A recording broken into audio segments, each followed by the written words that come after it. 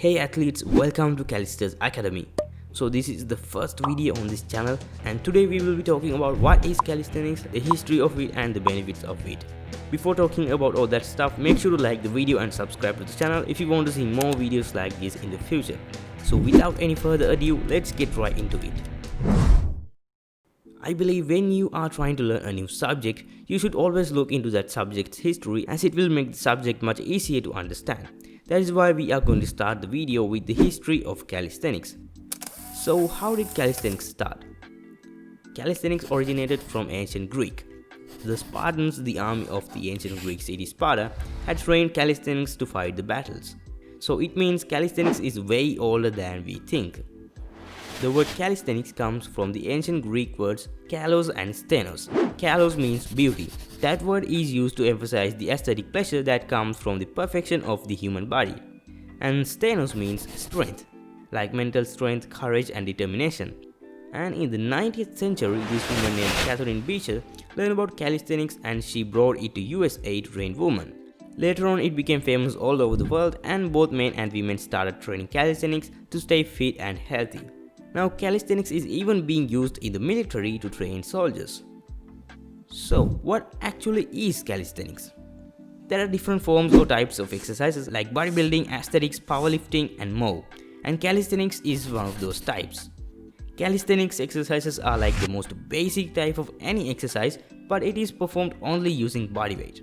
We can give push-ups, pull-ups and squats as great examples. In calisthenics, we use our own body weight as a resistance for training, while others like bodybuilders use weights for their training. So what makes calisthenics different from other types? There are countless reasons for that, but I already told you the main reason, which is using body weight as a resistance. To understand the other reasons and the benefits of calisthenics, let's take a look at this table.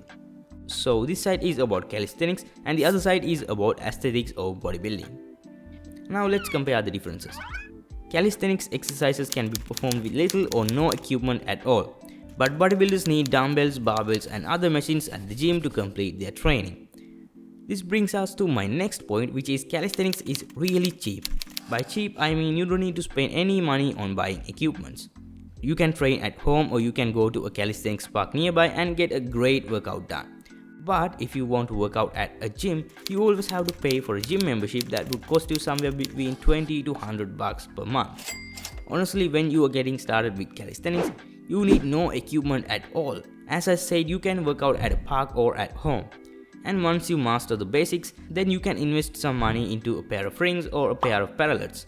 That is a one-time payment, but gym memberships aren't like that. You always have to pay every month. So in my opinion, this is a huge benefit of calisthenics. Anyone can start calisthenics with or without any money. So let's move on to the next comparison. Every calisthenics exercise activates more muscle groups compared to gym exercises. To explain this better, let's take one of the simplest exercises in bodybuilding and its alternative calisthenics exercise, bench press and push-ups. Bench press is the bodybuilding exercise and push-ups is its alternative calisthenics exercise, which means both of these exercises mainly focus on training one muscle group, which is chest. These are the muscle groups that are being activated or trained when you are doing bench press. The main muscle group is pecs, and that includes both upper pecs and lower pecs. Then all the three parts of your shoulders and your triceps are also being activated during this exercise. Now let's take a look at which muscles are being activated when you are doing a push-up. Push-ups also activate pecs, triceps and shoulders like the bench press, but it activates another major muscle group as well. It is the abdominal muscles.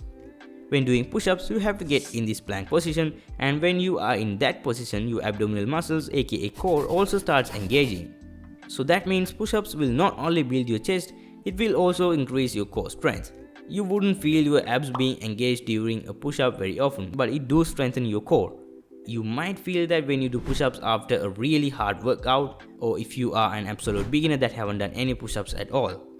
However, this tells us how push-ups activates more major muscle groups than bench press. It is the same thing for pull-ups and lat pull-downs. Pull-ups activates more muscles than the lat pull-down. So now you might understand that every calisthenics exercise activates multiple muscle groups than its alternative gym exercise.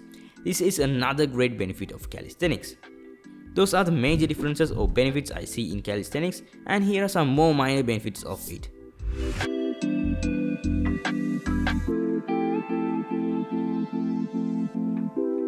Some people say a body of a calisthenics athlete is much more aesthetically pleasing than a bodybuilder's body. But I think it depends on the person who sees it, because not everyone has the same taste and same intentions. However, these are the benefits of calisthenics over aesthetics or bodybuilding. I don't say calisthenics is better than aesthetics. Both of these options are good and useful. Let's say you want to train one specific muscle group for some reason, then it is always better to go with weightlifting. Combining both of these options could give you really good results. If you are a beginner, it would be much easier to start with calisthenics and then slowly move on to weighted calisthenics or bodybuilding or whatever. It is your choice to make, but that is a topic for another video. So that brings an end to today's video. I hope you learned something new, and if you did, then make sure to give a thumbs up to the video. I will be making more videos about calisthenics in the future just like this, and if that sounds interesting to you, then hit that subscribe button and turn on notifications so you don't miss out any of my future videos. So thanks for watching. I will see you guys in the next one.